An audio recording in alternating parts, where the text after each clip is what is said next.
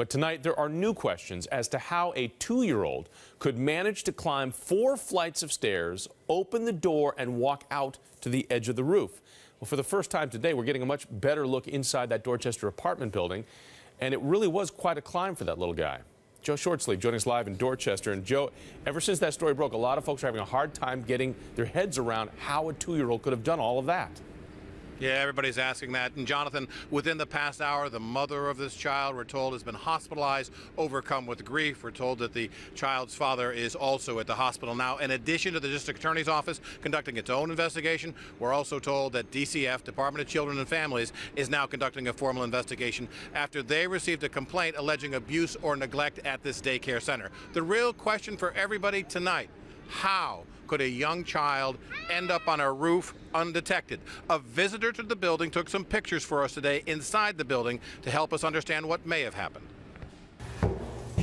This video was shot for WBZ by a building visitor. It shows a staircase, which we are told is likely identical to the stairs 2-year-old Daylon Walker would have had to climb from the first floor to reach the roof. At each floor level, the toddler would have passed apartment doors. On the top floor, roofway doors like this are equipped with alarms. However, we don't know if the alarm sounded or not yesterday. After the child fell to his death from the 4-story building, the city's Inspectional Services Department found one roofway door, perhaps the one the child used, was not closing properly. The violation reads, "Doors panic hardware does not engage using automatic closures. Must be manually slammed shut to engage panic hardware." But you can see once on the roof how easy it would be for a child to fall. Tina Otey, who lives a few feet from the back of the building, believes she heard the child fall. I'm deeply saddened. The baby was by himself, alone.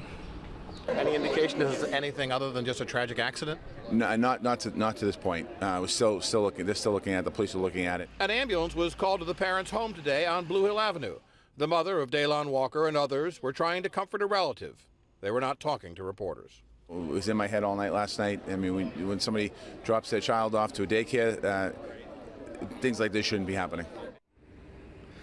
Now, the daycare center operator is not talking. Now, according to the state, on the state's website, this daycare center is licensed to have 6 children inside. We don't know how many children are in there yesterday when Daylon Walker slipped away. Live in Boston, Joe Shortsleeve, WBZ News. Paula? Joe, thank you. Bill Ricca, please.